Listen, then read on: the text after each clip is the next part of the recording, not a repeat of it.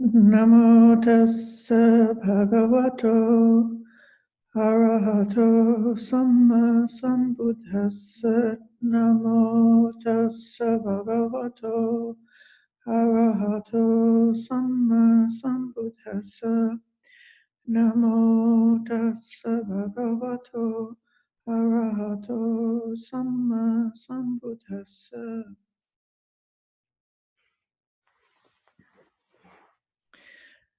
Friends, today we come to the practice of loving kindness meditation for the disliked person, the difficult person, or we could say the enemy.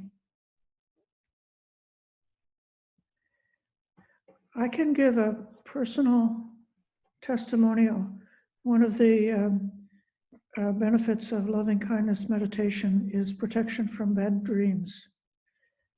Before I encountered the Dhamma, I was I had an enemy, an actual enemy. This was a very aggressive and abusive man who had previously been my boss at work and was also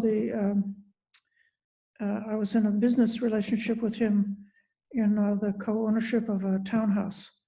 So I couldn't get away from him and his aggression. I was also in therapy at the time, and I had repeatedly, month in and month out, over a period of more than a year, so I had many recurring dreams at which I would be in some kind of a place or a room or something, and this person, my enemy, would invade, break into my house or invade the space. Then in my dreams, I always called the police, and the police always came and laughed at me and said, well, he has a right to be here. So in this case, the police would be my therapist, and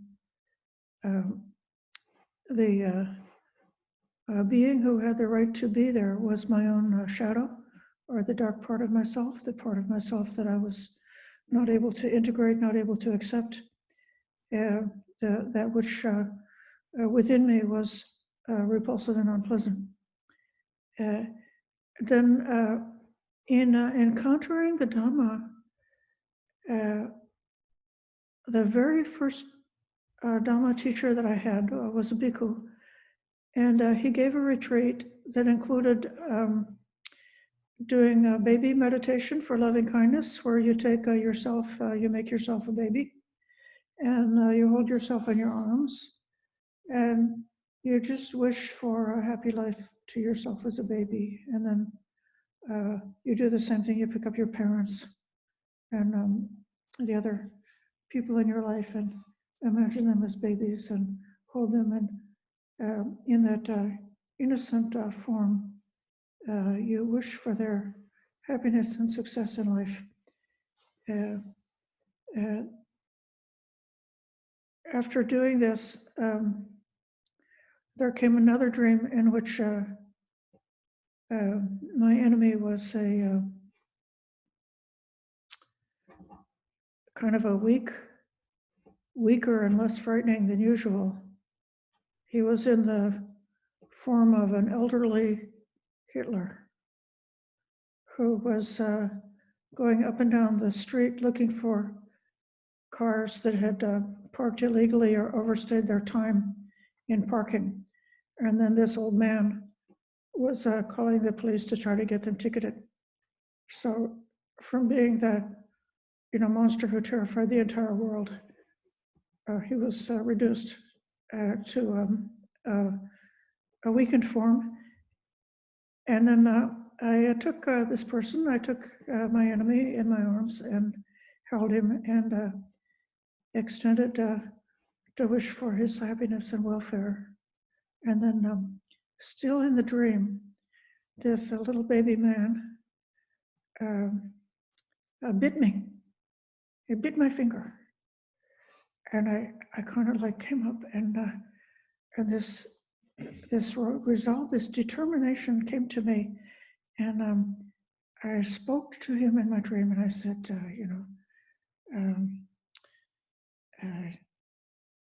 it doesn't matter what you do to me. I'm not going to stop.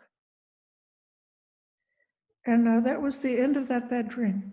It completely, like it wiped and cleared a particular kind of a formation, a kind of a dominating, or we could say, well, a sankhara, a recurring formation and a tendency that I had an obsession with that person that was chronically disturbing me and invading me, and it was dispelled and freed from this wonderful practice of loving kindness. Within the four-person system, the enemy or the difficult person obviously is associated with some unpleasant feeling. That person may be a danger, a threat, disliked, unpleasant. It could be anything from someone who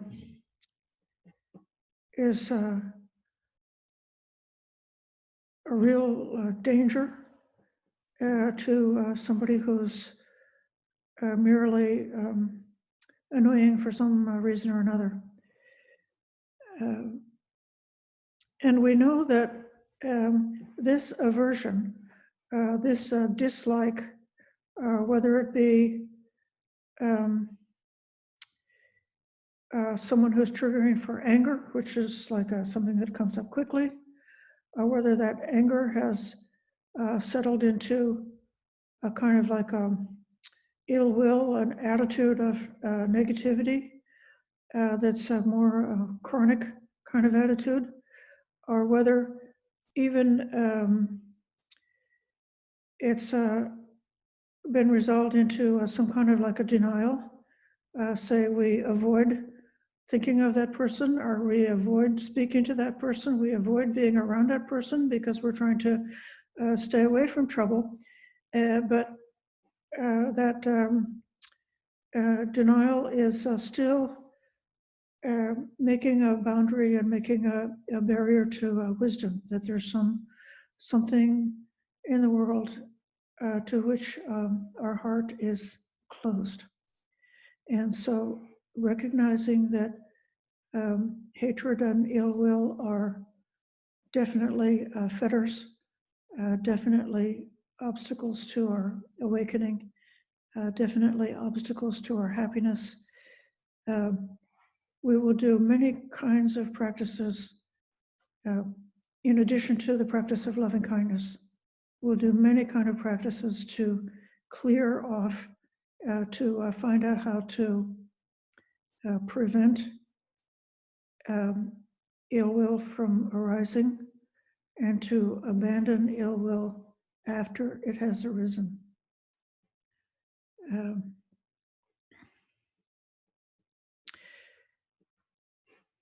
In general, we would say that loving kindness is the method of replacement. So if we develop the mind of loving kindness, and if we are very strongly and pervasively reflecting on loving kindness, if the mind is in that state, then it fills the heart, and then there's not room left for hatred. So then, as long as we're practicing loving kindness, we will be preventing hatred or ill will from arising.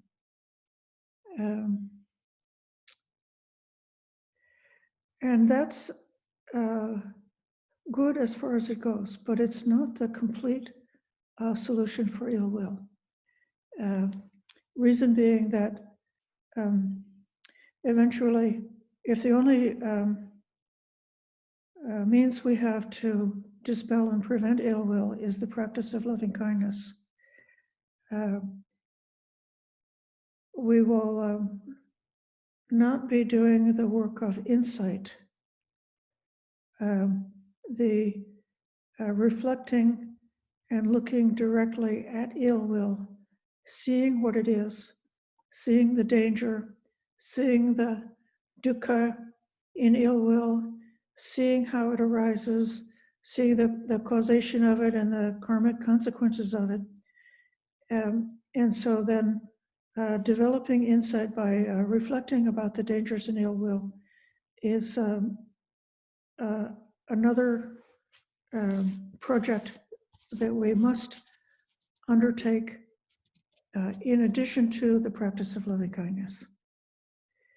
It might even be that if somebody has a temperament which is inclining to ill will, or if they have some particular relationship like the one I had that was a very dominating relationship that's fraught with a lot of anger and difficulty, that it may be just a bridge too far to be able to move from hatred to kindness.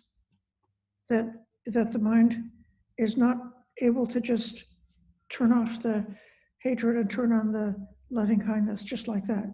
There has to be some intermediate steps. And so one of the intermediate steps is doing that kind of analytical reflection, investigation, understanding that ill will is the cause of dukkha, so that the suffering associated with ill will has to be completely sympathetically and compassionately understood. And then comprehending what ill will is, the mind becomes willing to abandon and let go of it. And then, even then, if the underlying pattern is very deeply ingrained, it may be difficult to pull out of it. And so it may be necessary to practice this pattern of gradual allayment, gradually stepping down and stepping down and stepping down to move from a state of upset to a state of kindness. An example of that process of gradual calming, it would be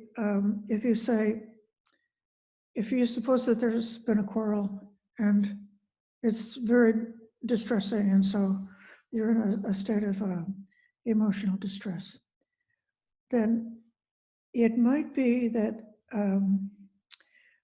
taking the mind away from the distressing situation into something which is relaxing. So for a layperson, it might be listening to some soothing music to relax the mind. Or it could be, for someone who's a Dhamma practitioner, reading some sutras. So it takes the mind away from, it's like the mind gets a vacation from being focused on the agitation and the upset. And or it could be taking a shower, taking a bath, doing something that physically relaxes the body, or doing some yoga, or having a rest, or going for a walk. Something that allows our physical bodily aspect of upset to be smoothed out, and then that makes room for the mind to also change. So it's like the mind and body can sometimes be locked into a negative pattern, and the tension in the body is reinforcing the tension and rigidity in the mind. So the two things are working together to stay locked in. And so then you want to unlock it, and you can unlock it if you change the body. It may then be possible to change the mind, for the mind to become flexible, to get out of something rigid.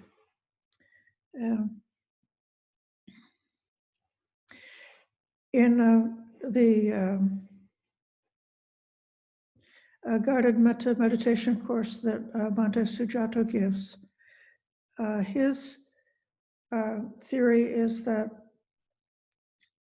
the greatest difficulty in extending kindness to, or doing the practice of loving kindness meditation with a difficult, disliked person is that the mind very quickly and easily falls into thinking, falls into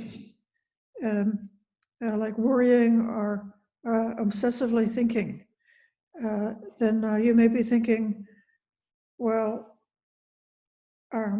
this person has got so many bad qualities. That's the reason I dislike them, is because they have these bad qualities. And if only they would change their bad qualities and stop doing those bad things, then I would no longer feel upset by them. So for them to be happy, they have to get rid of their bad habits. And so now we've really lost the meditation and gotten involved in a pattern of thinking, which is very far away from meditation and far away from loving kindness.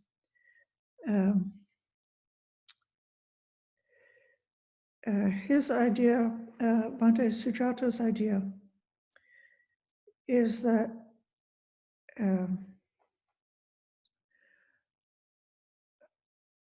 aiming one's awareness to the thought of that difficult person or the thought of that disliked person, while sustaining the full,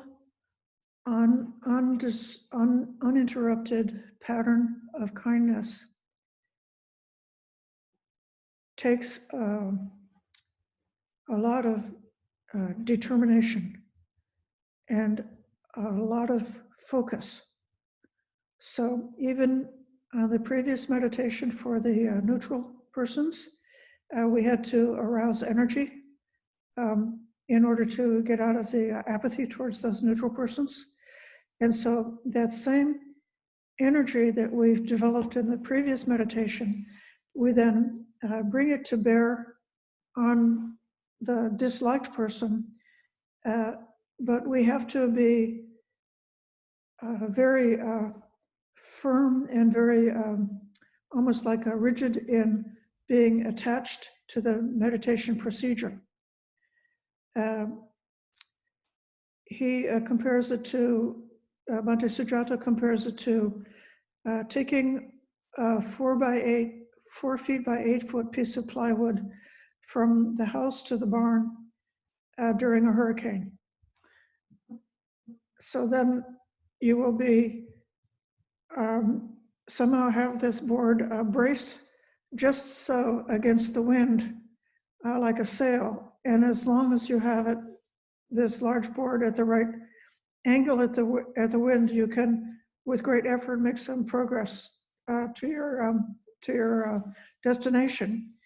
But if you move it the wrong way, the wind will grab hold of that board and whip it out of your hands, and you'll lose control of it. And so the same way, anger and hatred is so powerful that it can, if your mindfulness and your determination is not very well fortified, the mindfulness can invade and grab the meditation, and you lose the meditation.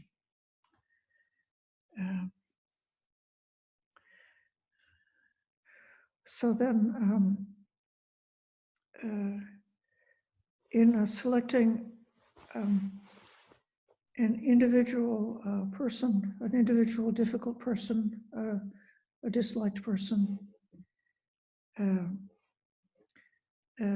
it's suggested that if you are new to the practice of, to this practice of metta for the disliked person, don't choose somebody that you're in the middle of a very big quarrel. So if you're in the process of getting divorced and you're arguing with your spouse about custody of the children and who's getting the house or something like that, the situation is too hot to use as something to learn meditation. So instead of taking the most difficult person in your life, choose somebody who's still dislikable, but not the worst. And then in the next part of this discussion, I'll be giving a guided meditation. And what I'm going to be suggesting is starting by developing kindness towards the other three persons. So you bring up loving kindness for yourself, kindness for the dear person, kindness for the neutral person, and you have this very good momentum of kindness, so that the mind and the body are both holding the pattern of kindness. If there's a pleasant feeling, even there may be some, like a physical relaxation or endorphins or oxycontin or whatever the good hormones are that create pleasant feelings in the body, and those the physical aspect of kindness helps to support the continuity of this practice. And the thoughts, again, you've already done this process of pervading and filling the mind with kindness. And then just bring up the name of the difficult person, but don't think about them. Don't think about their qualities or their story. Just call the name. And then you're giving them the wish for the kind wish for their welfare and for their happiness, for their safety, exactly the same wish that you're giving for yourself, for the dear person and for the neutral person. You give that wish to this other person. It's like you address them clearly, but you're not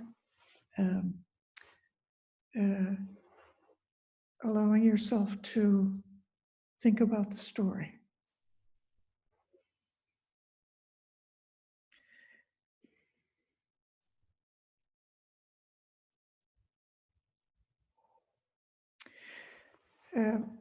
In order to generate the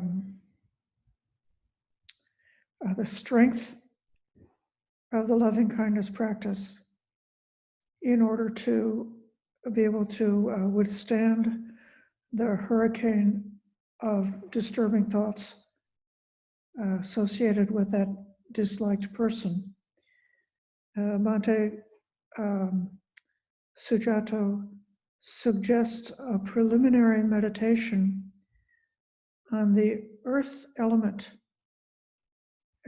With the body can be viewed in terms of the parts of the body, like from the head to the toes, or the body can be viewed in terms of the four great elements of materiality. The earth element is whatever's in the body which is solid, hard, or earthy, like the earth. The water element is whatever is in the body which is flowing like tears or rivers, or what is sticky like mud. And the heat element in the body is whatever is burning and consuming and using things up, using up. So digestion is an aspect of the heat element, or the composting outside in nature is heat element, or the way the fire burns up the fuel, that's the heat element. And then the air element is what is movement. So when you move your arm, that's the air element, and when the breath moves in and out, that's the air element. So then doing this reflection on the earth element, you're sort of like tuning into what you have in the body, which is solid.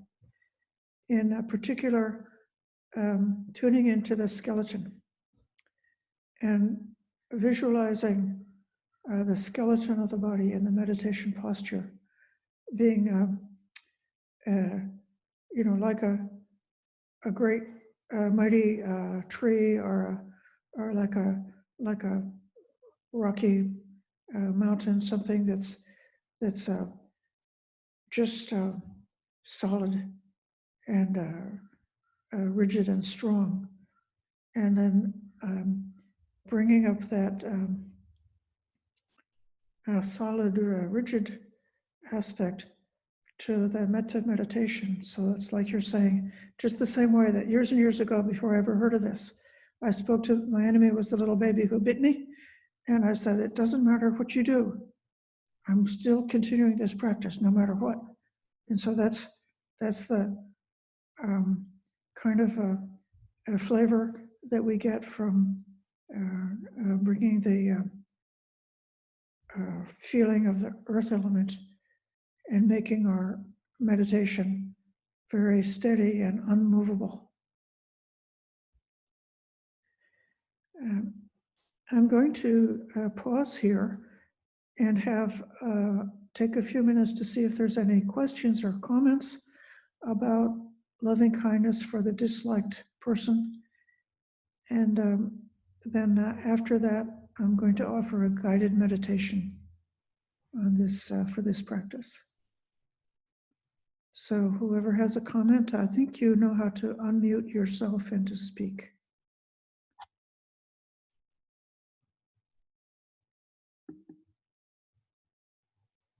Barbara.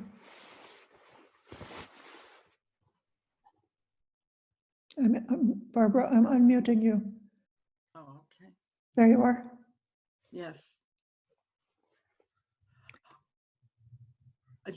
I'm having an aversion to even to mind that I would select for the practice. But I have such aversion that there is a part of me that really doesn't even want to do it.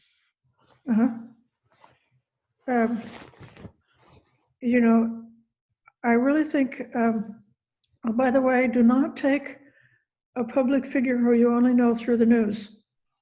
Yes. Take somebody who you know personally. Okay, that dismisses one. And don't take the one who's the most difficult or upsetting. Take one who's less upsetting. But later on, I've got to tell you that you can take the one who's very upsetting. Right. And I will tell you that I give another inspiring story that I got from our founding abbess, Ayya Totaloka. On one occasion, when we did the ordination of the bhikkhunis in Australia, led by Ajahn Brahmavamsa, that led to a major falling out between the some part of the Thai bhikkhu sangha and the sangha of Ajahn Brahm. There was a great deal of actual threats and strong criticism given to the bhikkhunis. And even some monks who had been friends of us for many, many years, had been helpful teachers, guides, and mentors, turned against us and said very, publicly wrote things that were really, really mean, and that we didn't have even the right to exist. And Ayya Totaloka spoke once about one of these encounters that was so disturbing, like just being told you're not a bhikkhuni, you're not valid as a religious person. And she said she stayed up through the whole night, remembering all of the beautiful, wholesome dhammas that had been given by that monk over many years, and that she wouldn't allow herself to sleep until she had really dispelled the upset and the hurt and the distress from that, and brought it back to having an open heart of kindness towards that person, even though that person had done something that was hurtful. So at first I say, take somebody who's a little easier, someone who's you think you're able to practice with. Thank you. Yeah.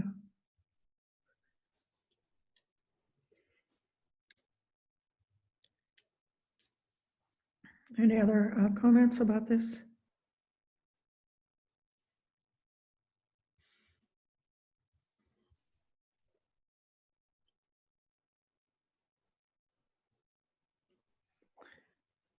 Some of you I can't see because your video is not on, so I don't know whether you are interested in speaking.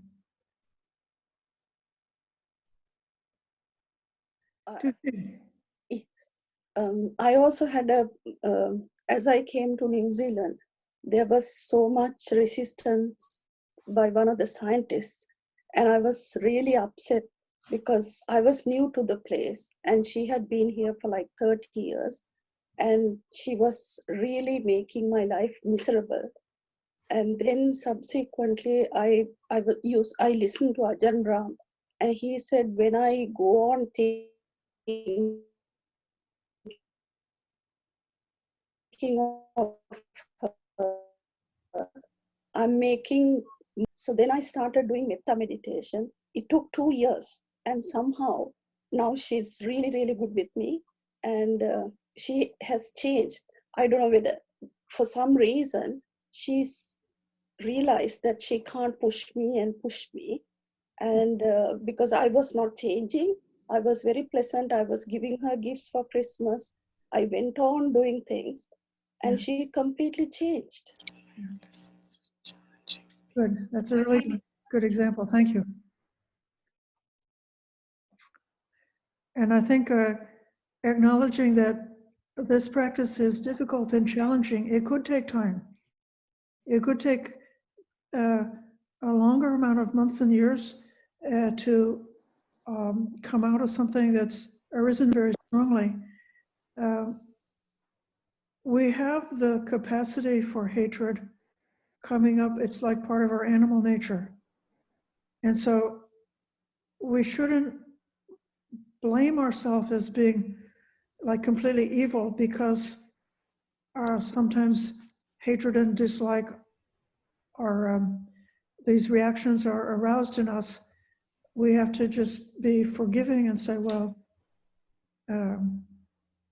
there's something in me that wants to be safe, that wants to not be hurt. And these reactions are trying to protect me from being hurt.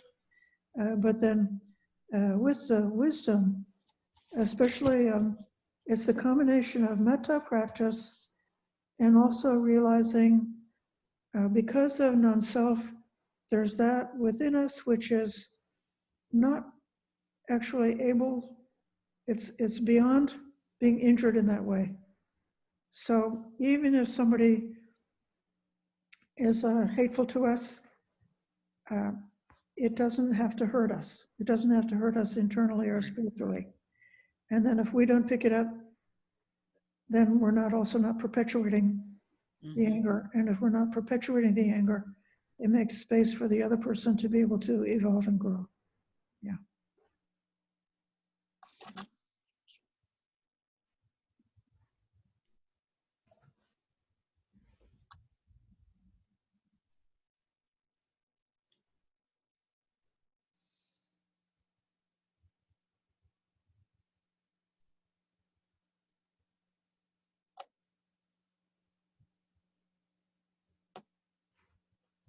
Do you have anything, Timothy?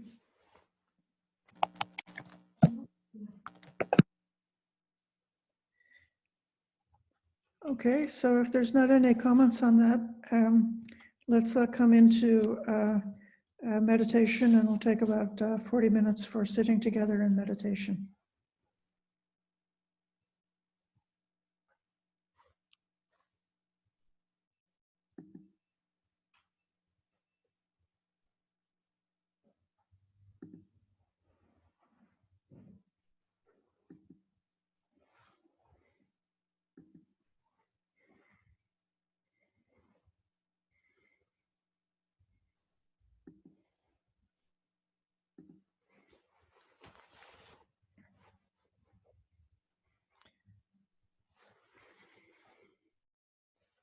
So coming to a balanced and upright posture.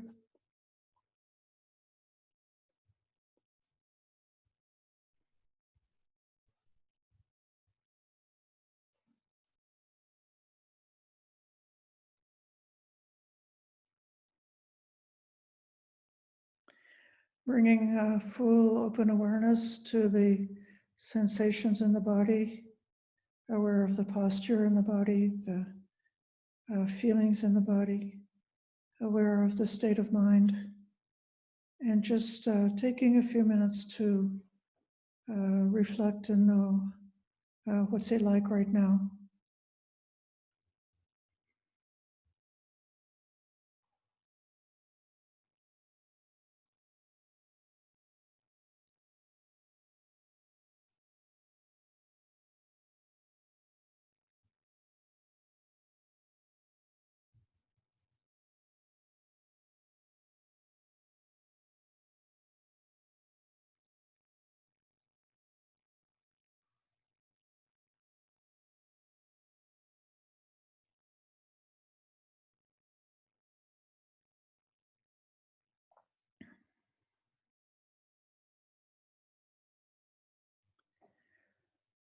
Taking particular attention to the skeleton in the body, which is the earth element. Contemplating the shape of the skull, the form of and the hardness of the skull, exploring the top and around the sides, the cheekbones, the eye sockets, the jaw, the teeth.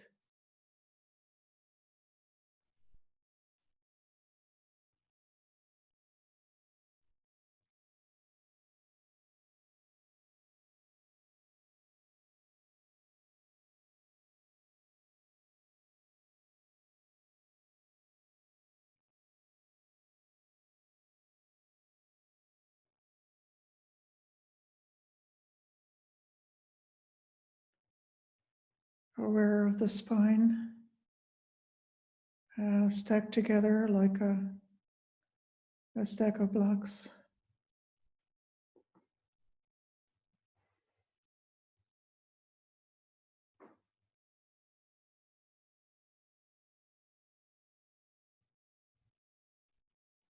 And aware of all the bones in the shoulders and the arms, the elbow, all the way down to the hands, and all the small bones that make up the hands.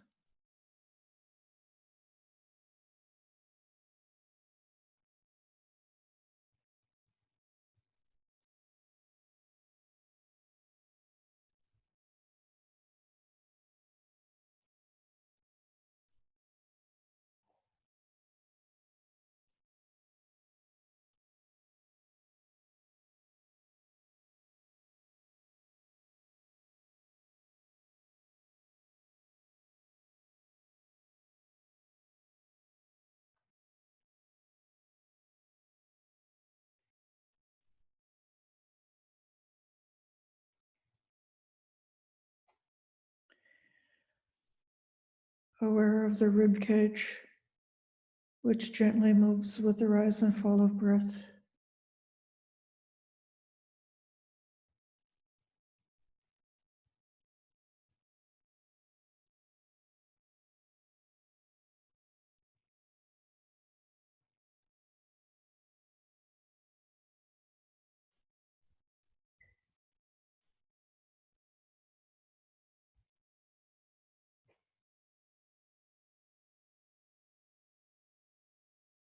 Aware of the pelvis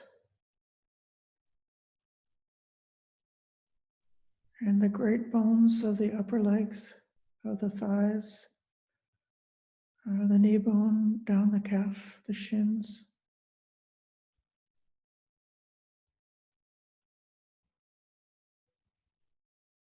And aware of the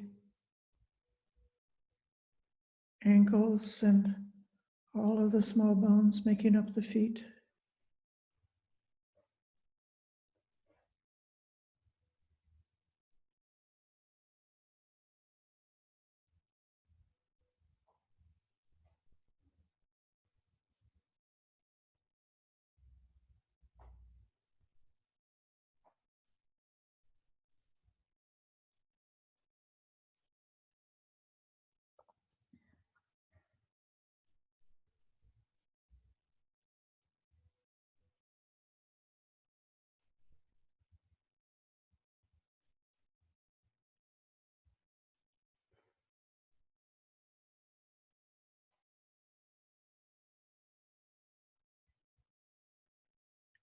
And then bringing up the phrase of kindness for oneself, a few simple words pronounced clearly, wishing for our own welfare, happiness, and safety.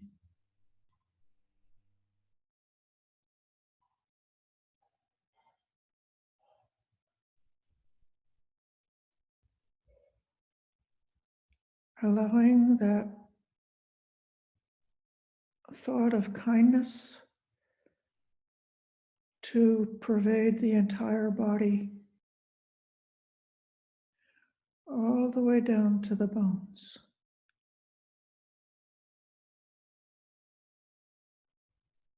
May I be happy.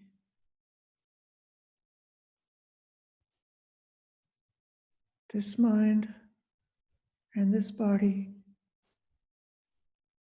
all the way to the bones. And let the bones be full of kindness. Kindness soaking into the body, soaking down all the way to the skeleton.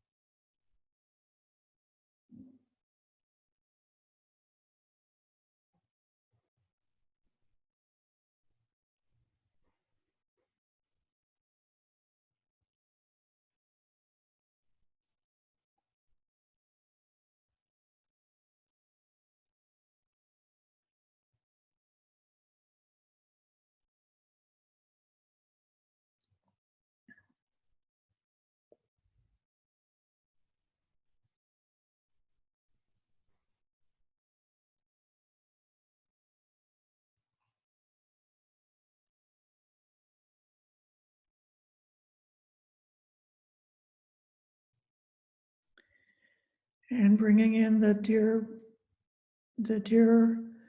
beloved friend, wishing for the welfare and happiness of that person, and letting the thought of kindness for the friend to soak into the entire mind, to soak into the body. The entire body is saturated with kindness. Even the skeleton is completely filled up with kindness for that friend.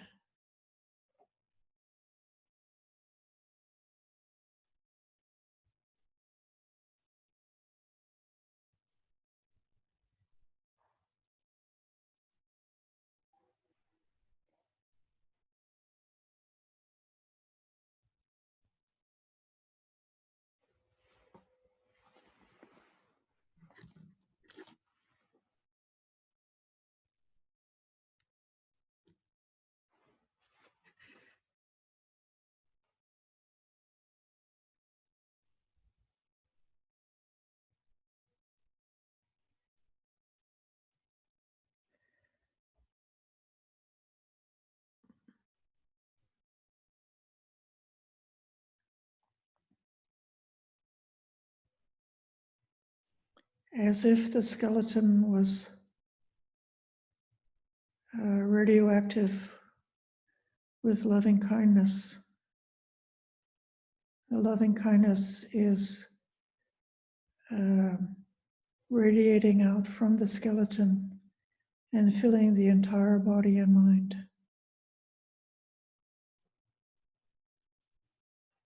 May I be well and happy. May my dear person be well and happy. May the neutral person be well and happy. Radiating kindness for all three persons.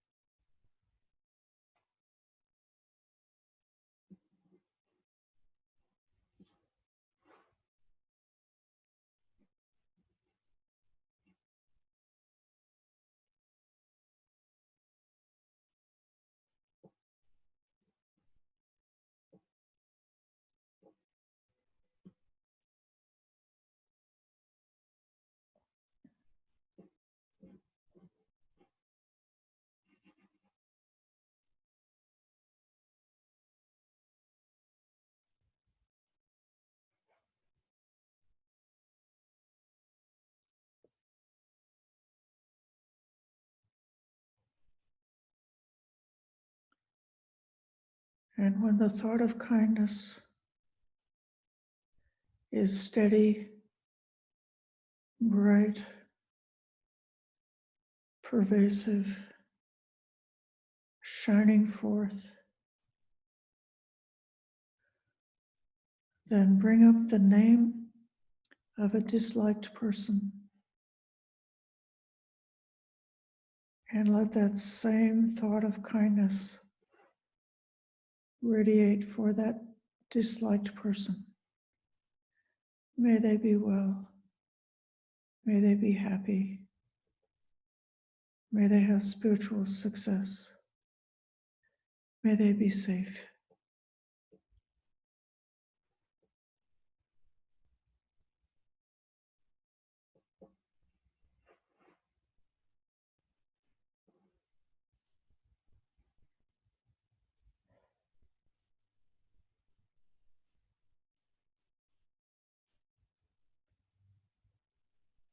Repeating a simple phrase of kindness for this disliked person.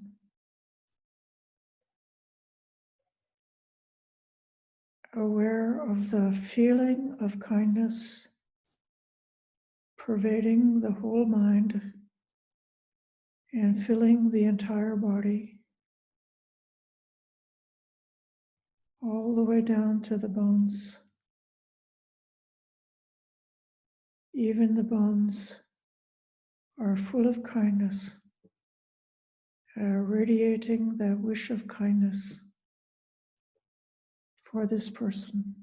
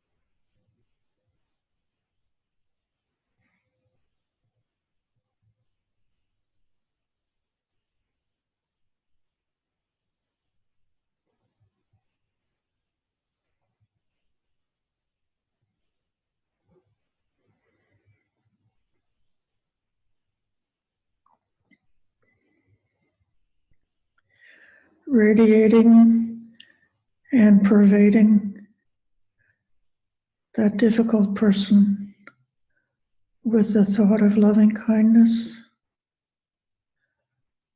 so that kindness for that difficult person fills our mind completely. The body is permeated with a feeling of kindness towards that difficult person, all the way down to the bones.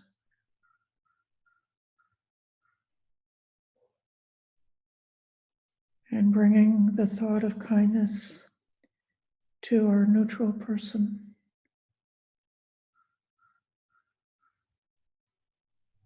The thought of kindness for that dear person.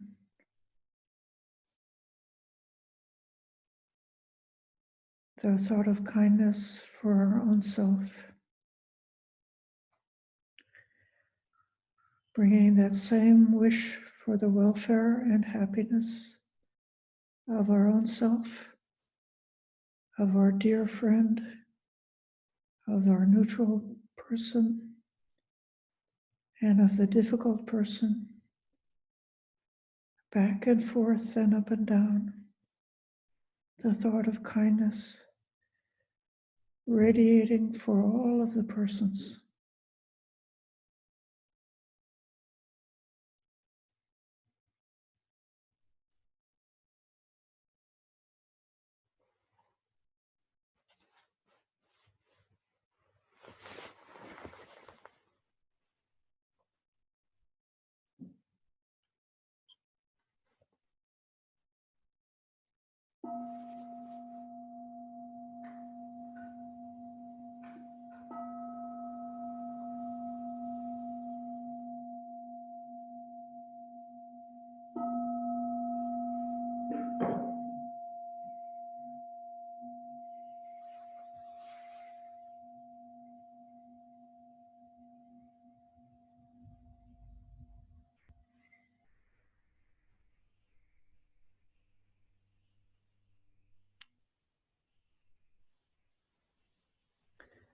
Friends, please continue this loving kindness for the difficult person and all four persons.